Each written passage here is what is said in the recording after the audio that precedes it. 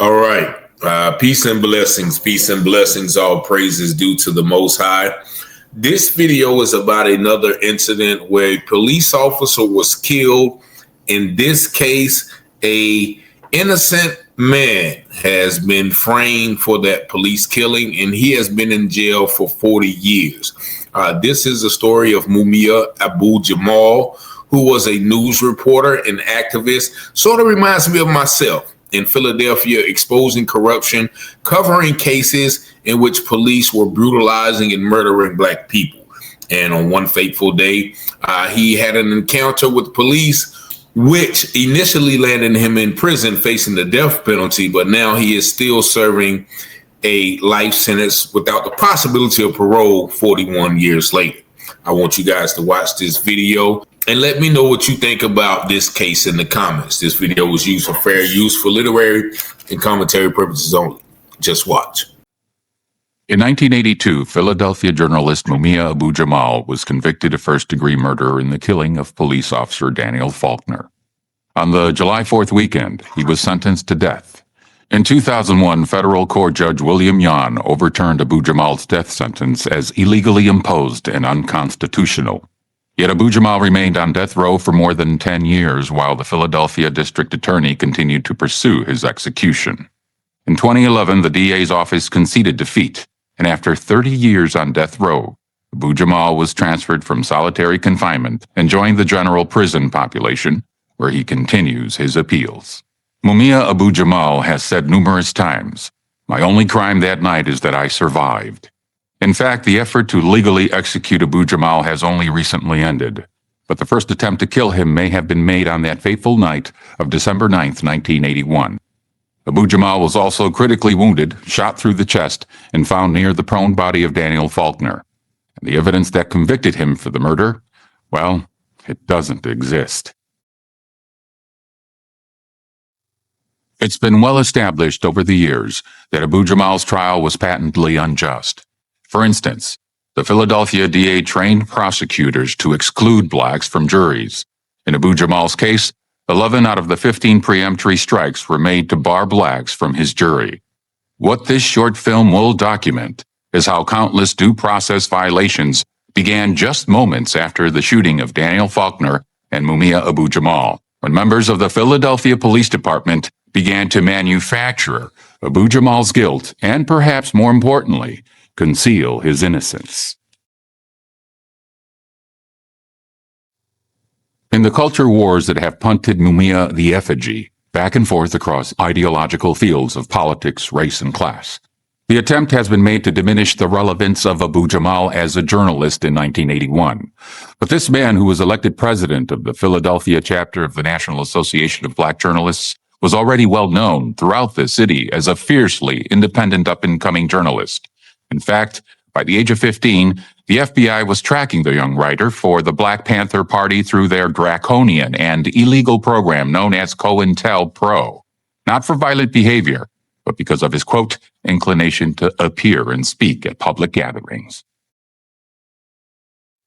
Also, in 1981, he was well known to the Philadelphia Police Department as an outspoken journalist who reported on police corruption and brutality, in particular with regard to the Philly PD's hostile relationship with the controversial MOVE organization, culminating in a year-long police siege of the MOVE House that ended in 1978 with the shooting death of police officer James Ramp. 9 members of MOVE were charged with the murder, and during his coverage of the trial, Abu Jamal strongly criticized the actions of the police and the prosecution, including the implication that the officer was most likely killed by police crossfire. The MOVE trial concluded just a year and a half before Abu Jamal and Faulkner were found shot on that fateful night. And it was only 4 months from the federal trial of MOVE leader John Africa, whose acquittal on gun charges left the police and DA's office infuriated. When they saw who they had, that was number one. I mean, wow, look what we done ran into. We got a Panther, and we're going to kill this Panther. We're going to kill this right here. In the early morning hours of December 9th, 1981, police officer Daniel Faulkner pulls over a rundown blue Volkswagen Beetle in the bustling red light district of Philadelphia. At 3:51 a.m., Faulkner reports over his radio that he has stopped the car at 13th and Locust Street. At the same time, Mumia Abu Jamal is parked in his cab just around the corner. He fills out his log anticipating a new fare just as the clubs are closing. He's moonlighting as a cab driver after his uncompromising approach to reporting began to cost him work as a journalist. He had recently started carrying a registered .38 Charter Arms revolver during his late-night cab runs after having recently been robbed at gunpoint. From the DA's office to Abu Jamal's most ardent defenders, all agree that Abu Jamal's brother Billy Cook, who ran a street vendor stall nearby, exited his Volkswagen and had an exchange with Faulkner.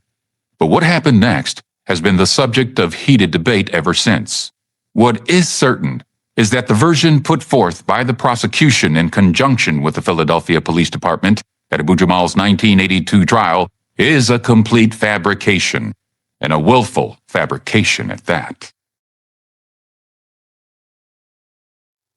After being denied his constitutional right to defend himself at his original trial, and after heeding legal advice not to testify at his appeals hearing in 1995, Abu Jamal released a declaration in 2001 in which he details the events of that night. I did not shoot police officer Daniel Faulkner. I had nothing to do with the killing of Officer Faulkner. I am innocent. I was filling out my log when I heard some shouting. I glanced in my rearview mirror and saw a flashing dome light of a police cruiser. This wasn't unusual.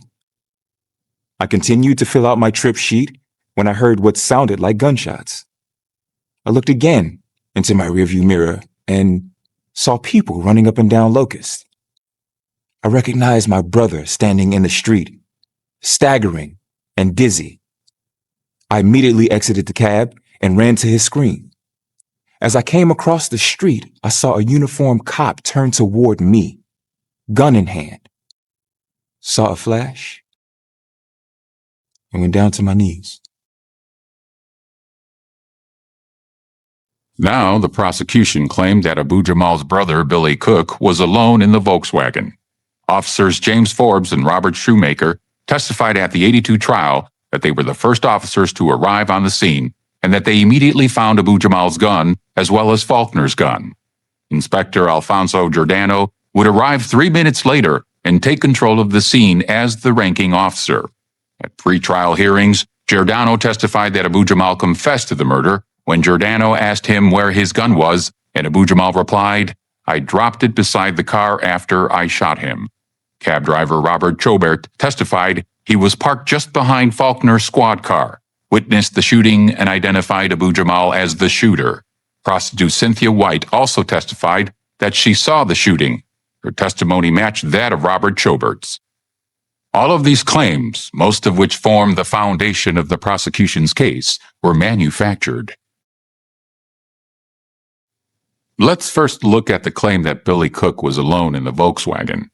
After Faulkner radioed that he stopped the car, he followed with, quote, "On second thought, send me a wagon." This request for backup clearly indicates that there was more than one person in the car.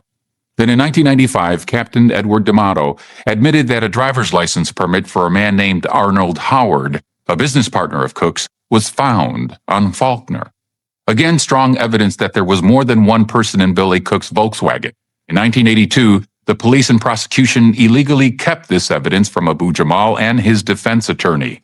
Why were they suppressing this evidence of other potential suspects in the shooting of Daniel Faulkner? Now, what about the immediate recovery of the weapons? Radio transmissions from the scene to Central Command over the next 15 minutes contradict the testimony of Officers Forbes and Shoemaker. No officer reports immediately finding any weapons. In fact, nearly 5 minutes later, officers on the scene report that Faulkner's gun is missing. It was 14 minutes before it was reported that the suspect's gun was recovered and that they had the doer in custody. There is no report that Abu Jamal confessed. There is no report that a witness or witnesses identified anyone as the shooter. Prior to the arrival of the police mobile forensics unit, freelance photographer Pedro Polikoff arrived, moving freely through the crime scene and snapping off more than 24 photos. These photos show, contrary to police regulations, that the area was not properly secured to preserve evidence. The photographs also show Officer Forbes walking around carrying both guns in his bare hand. This lack of regard for forensic evidence looks more like willful intent to manipulate a crime scene when you consider the following. Police reported no fingerprints on the guns. No tests were done on Abu Jamal's hands for gunpowder residue. Contrary to police regulations, Officer Forbes failed to immediately turn over the weapons to the mobile crime unit. In fact, the weapons were not turned over for 2 hours. Later, the police falsely described the bullet from Faulkner's head wound as too damaged and deteriorated to do a comparison ballistics test with a bullet fired from Abu Jamal's gun. But photographs of the bullet clearly show the identifying characteristics, its twists, the number of lands and grooves, and the relative widths. Instead, the prosecution claimed that the bullet was, quote, consistent with one fired from Abu Jamal's Charter Arms .38 revolver. Although police ballistics expert Anthony Paul admitted this is true of, quote, multiple millions of guns. During appeals, when Abu Jamal and his legal team demanded independent testing to determine if the bullet was fired from Abu Jamal's gun, their request was denied, first by Judge Albert Sabo, and then later by federal court judge William Yon. What all of this clearly illustrates is that, in fact, there is no physical evidence that Abu Jamal shot Faulkner, or that his gun was the murder weapon. But what about eyewitness testimony? What about Cynthia White, the prostitute whose testimony was the linchpin to the prosecution's case? Several times after the shooting, she was arrested only to be let go after she signed updated witness statements. Each time, the story changed to make a stronger case against Abu Jamal. By the time the case went to trial, her statement fit perfectly into the prosecution's case. Witnesses Pamela Jenkins and Yvette Williams swore that White said she was scared for her life under police threats if she didn't testify as they wanted. Witness Veronica Jones blurted out on the witness stand at the 1982 trial that the police told her Cynthia White was given a deal to say that Abu Jamal was the shooter. Jones testified that the police threatened her to ID Abu Jamal as well. What's more, all the civilian witnesses, both for the prosecution and the defense, testified that they didn't see Cynthia White on the scene, or only later after the police arrived. And what about eyewitness Robert Chobert? His testimony was arranged most likely by Inspector Alfonso Giordano.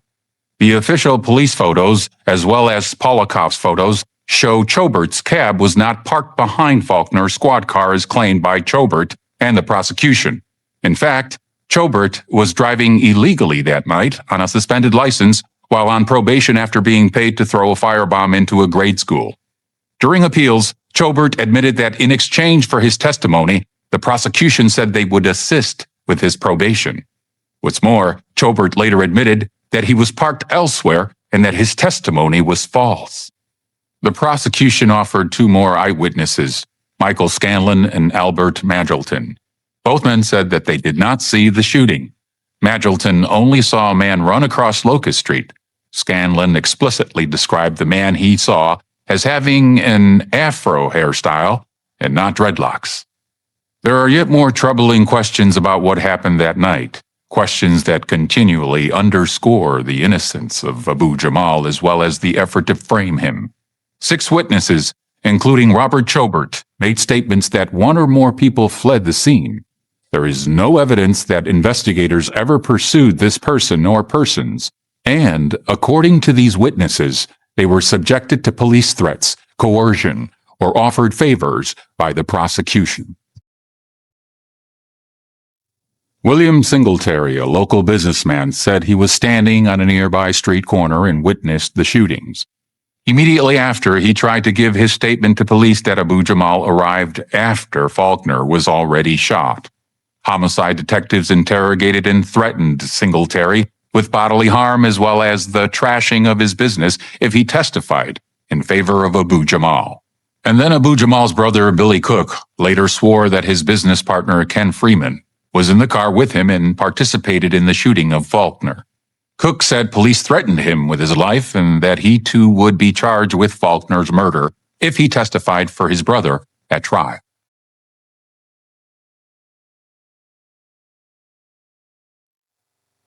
Also factor in that 8 people, including 2 officers and 2 prosecution witnesses, identified the shooter or persons near Faulkner as wearing a green army jacket. But Billy Cook was wearing a blue Nehru-style jacket, and Abu Jamal was wearing a blue quilted ski jacket with wide red zigzag stripes. In 1999, a career criminal and self-described hitman Arnold Beverly confessed he shot Faulkner in the head and that Abu Jamal arrived after Faulkner was shot and had nothing to do with the shooting. Without providing any reason except that the confession was too late, Pennsylvania and federal courts have refused to even admit this confession into evidence. Now, while the prosecution supposedly had 4 witnesses to the shooting, none of their witnesses ever said they saw Abu Jamal get shot. The prosecution argued that as Abu Jamal came across Locust Street, he shot Faulkner in the back, and as Faulkner turned and was falling down, he pulled his gun and shot Abu Jamal. An upward shot through his chest. While the prosecution tried to explain the clear downward trajectory of the bullet as a ricochet off his ribcage, medical evidence is clear. The bullet moved cleanly into Abu Jamal's chest, through his lung and lodged near his liver in an uninterrupted downward line. The prosecution's rendition of how Abu Jamal was shot is physically impossible. But perhaps the most striking fabrication of the case presented to jurors in 1982, a falsehood that formed the emotional foundation of the prosecution's case and its success in securing a death sentence, is the testimony of Cynthia White and Robert Chobert that Abu Jamal shot Faulkner, execution style, standing directly over him and unloading 4 rounds, somehow 3 miss and only 1 strikes Faulkner in the face. Now, what this claim actually shows is the clear intent by members of the Philadelphia Police Department and the District Attorney's Office to frame Mumia Abu Jamal for a crime he did not commit. Bullets from a .38 caliber weapon hitting the sidewalk would, without any doubt, leave divots as they tore into the concrete. As shown by this photo analyzed by Robert Nelson, an expert in photo enhancement and analysis at NASA's Jet Propulsion Laboratory, the concrete was, as Nelson determined, quote, completely smooth. This photograph proves that White and Chobert could not have seen, as they claimed at trial, anyone stand over Faulkner and fire. This clearly supports, along with the other evidence of police intimidation, that their testimony was arranged to support a patently false, physically impossible rendition of the crime. This execution-style account invented by the police and prosecution was a key part of their concerted effort not only to get a guilty verdict, but the death penalty. Mumia Abu Jamal's arrest for this murder was shocking to all who knew him or knew his work. The headline of the Philadelphia Inquirer the next day was unusually sympathetic, stating, "The suspect, Jamal, an eloquent activist not afraid to raise his voice." Philadelphia Inquirer, December 10, 1981. Arrested and charged with murdering a police officer, Abu Jamal from the very outset acted on his innocence, twice requesting a police lineup, a direct challenge to prosecution witnesses to identify him. He knew the real shooter, or shooters, must have fled the scene, but the court denied his requests for a lineup, just as they would deny his request for funds that would pay for defense investigations as well as expert ballistics witnesses. What's been presented here is evidence of a concentrated effort to frame a man who had been the object of hatred among members of the Philadelphia Police Department for more than a decade. Though it was denied by police, the admitting doctor at Jefferson Hospital, where both Abu Jamal and Faulkner were admitted, noted injuries indicating that Abu Jamal took a serious beating in addition to his critical gunshot wound. Supported by civilian witness statements, Abu Jamal himself recounts being punched, kicked, and rammed headfirst into a pole by officers arriving on the scene. After being thrown into a police van, Inspector Alfonso Giordano assaults Abu Jamal in the head with a police radio while hurling racial slurs. A former commander of the Philadelphia Police Department stakeout cops, Giordano was in charge of the raids on the offices of the Philadelphia chapter of the Black Panther Party in the late 1960s, when Abu Jamal was a prominent member. Giordano was also in charge of the year-long police siege of Move in 1978, which typified racial tensions in the city at the time and resulted in the subsequent trial of the Move 9. When Giordano arrived on the crime scene to find the wounded journalist Abu Jamal, he knew exactly who he was, and from that moment on, all police attention was directed to producing evidence of Abu Jamal's guilt and nothing else. As the prosecution built their case, Giordano was the prime police witness during pretrial hearings, and his account of Abu Jamal's confession was a cornerstone. But without explanation, he was pulled from the case and did not even testify at trial. Unknown to Abu Jamal and his defense, Giordano, as well as the commander and deputy commander of the Center City area, along with the head of the homicide division, in fact, the entire chain of command in Abu Jamal's prosecution, were all under FBI investigation for corruption at the time of Faulkner's murder.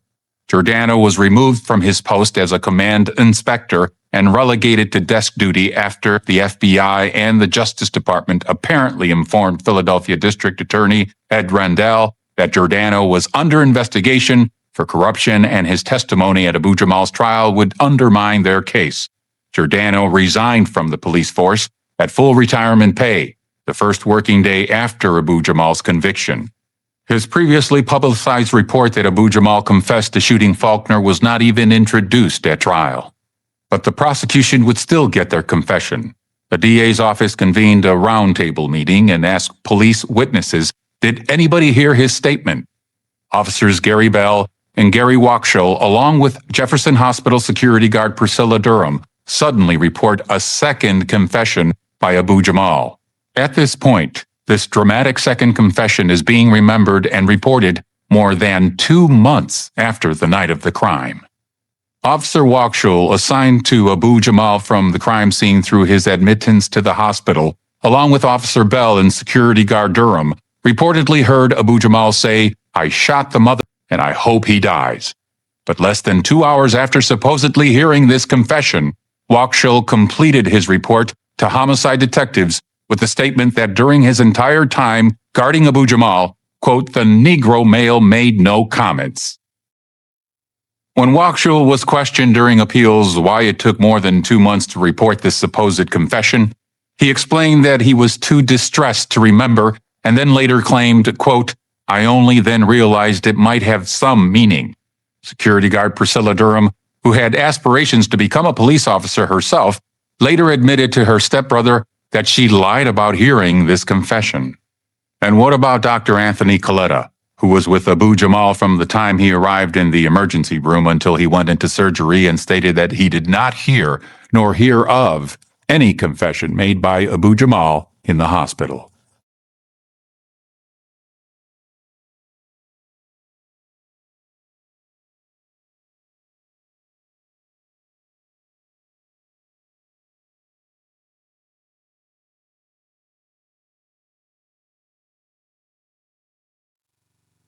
When Abu Jamal attempted to call Wakshull to the stand during the 82 trial to counter the report of his confession, he was told by the prosecution that the officer was on vacation and was denied even a phone call by Judge Sabo to see if the officer could be reached.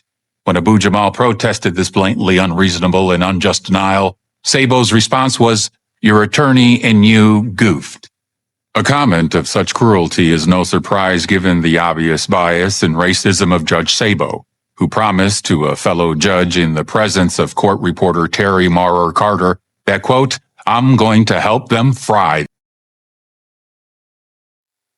But while Sabo was infamous for his hostile behavior with defendants and was actually nicknamed the prosecutor in robes, it was a corrupt Philadelphia police force, empowered by the DA, that clearly manufactured Abu Jamal's guilt and suppressed evidence of his innocence beginning in those early morning hours of December 9th, 1981.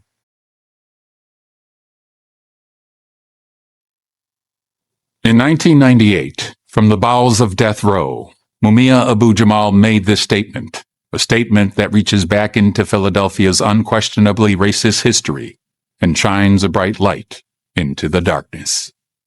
Even after their legal ledger domain, I remain innocent. A court cannot make an innocent man guilty. Any ruling founded on injustice is not justice. The righteous fight for life, liberty, and for justice can only continue. All right, so I hope you got some information about the continually corrupt system of justice in America, where several factors contributed to the unjust prosecution of a innocent man who was sentenced to death in 1981.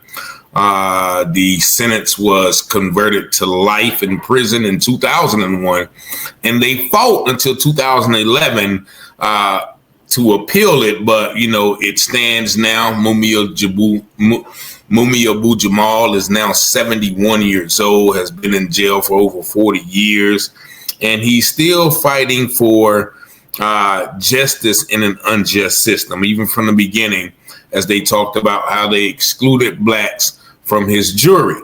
Preemptive strikes. That means like we just strike you for no reason at all, just because you're black. And also they did not let him defend his own self, but yet and still they gave him a court-appointed lawyer, which I've had my story with a court-appointed lawyer who only wanted me to plead. And if they're giving you a court-appointed lawyer, you got the prosecution, you got the judges, you got the police, all of them are being paid by the same individual. So what makes you think they're going to go against each other? Now, once again, Mumia was a journalist like myself, head of the Philadelphia National Association of Black Journalists, which I'm a member of as well. From 15 years old, they was already tracking him because of his affiliation with the Black Panthers. And even they were already, he was a member, he was a subject of COINTELPRO because of his ability to speak and use language. Now, when this situation happened, they immediately was like, okay, yeah, we finally got him. We finally got him, and we are going to fry this N-word, as you heard one of them say. But the multiple accounts that were inconsistent at the scene, there's the thing that said that they stopped him with only one person in the car, which was his brother. But the officer who was dead had another man's ID on him when they found him, as well as the numerous eyewitnesses who said that they were threatened by the police to say Mumia did it. And then, you know, there's another witnesses that said the person who did it had an army green coat. Mumia didn't have on an army green coat. He had on like a blue ski jacket, as well as him having locks when they said the shooter had an afro. And, you know, there's so many other things. If you watch that video, the prostitute lying, she recanted her story. Them saying that he confessed in the hospital, but the police making no mention of it in their reports. Them saying he confessed at the scene. Them not finding the officer's gun, then amazingly finding Mumia's gun. You know, the reports of his brother saying that the man in the car with him did it. The reports of the other hitman saying that he did it. So there's several other alternatives that would allow for an innocent verdict. But, you know, once again, they manufactured Mumia's guilt with all of their witnesses and their manufactured testimony. So I just want to pay homage to Mumia Abu Jamal. If you have not heard of him, you know, look him up. There's a lot of information. He still continues to fight for justice. And just like in, you know, that time of Philadelphia, it was a year or two earlier, where they had just bombed John Africa in the MOVE movement. In Philadelphia, you know, they had their own separate compound, and, you know, they was, you know, growing their own foods and things like that. Just like Tulsa, Oklahoma, they bombed these people and, you know, said that they killed an officer, when in reality, many people feel like that officer got killed by friendly fire. But John Africa was acquitted as well. And so This happened at a time that they were looking for somebody to quote unquote hang, for lack of a better word. And they found it in our brother Mumia Abu Jamal. But, shout out to the brother. If y'all, know more information or something that I've missed or that gentleman missed in the presentation, please, hit me up. You see the number 919-587-7782. But this is just another example of police corruption and this unjust judicial system when it comes to blacks and whites, and especially when it comes to the taking of a life of a white person by a black person and vice versa. There's two different justice systems for those instances. But I thank y'all for watching this channel. If you have not subscribed, please subscribe. It helps this channel to continue to grow. But I thank you, and especially you, for liking, watching, sharing, and subscribing to the channel. And as always, I pray you have peace and blessings. The scripture says all things that are hidden shall be revealed, and those things done in secret shall be exposed on the mountaintop. Let's go, Rich. Let's go. You watching Telehouse Publishing, breaking news coverage. Give you the truth before fake news throw mud in it. Before the jury decide and the judge discover it. You should tune in to Telehouse Publishing. Telehouse Publishing, breaking news coverage. The propaganda grammar, don't believe none of it. Before the jury decide and the judge discover it. You should tune in to Telehouse Publishing. Who keep the people informed with stories abroad from literary work where the narrative's wrong. The research is always on point, the commentary is hard. It's Rich Teller raising the bar. Follow along, shout out to FBA, still FTP, big up NFAC, and all my black families. There's three sides to all stories, which one you gon' believe? We run down on the false prophets when they come to deceive. 100% urban world news, current events. We don't like them lies. Media is biased, we got God besides. Ladies and just as power. If you don't know by now, look around, we the darkest hours. Cops squeezing hammers, they don't understand. We stop and freeze with our hands and kill us off like cancer. Don't speculate before the facts on the case. Telehouse set them straight, my brother Rich investigates. You got your Telehouse Publishing, breaking news coverage. Give you the truth before fake news throw mud in it. Before the jury decide and the judge discover it. You should tune in to Telehouse Publishing. Telehouse Publishing, breaking news coverage. The propaganda grammar, don't believe none of it. Before the jury decide and the judge discover it. You should tune in to Telehouse Publishing. Negroes have listened to the trickery and the lies and the false promises of the white man now for too long.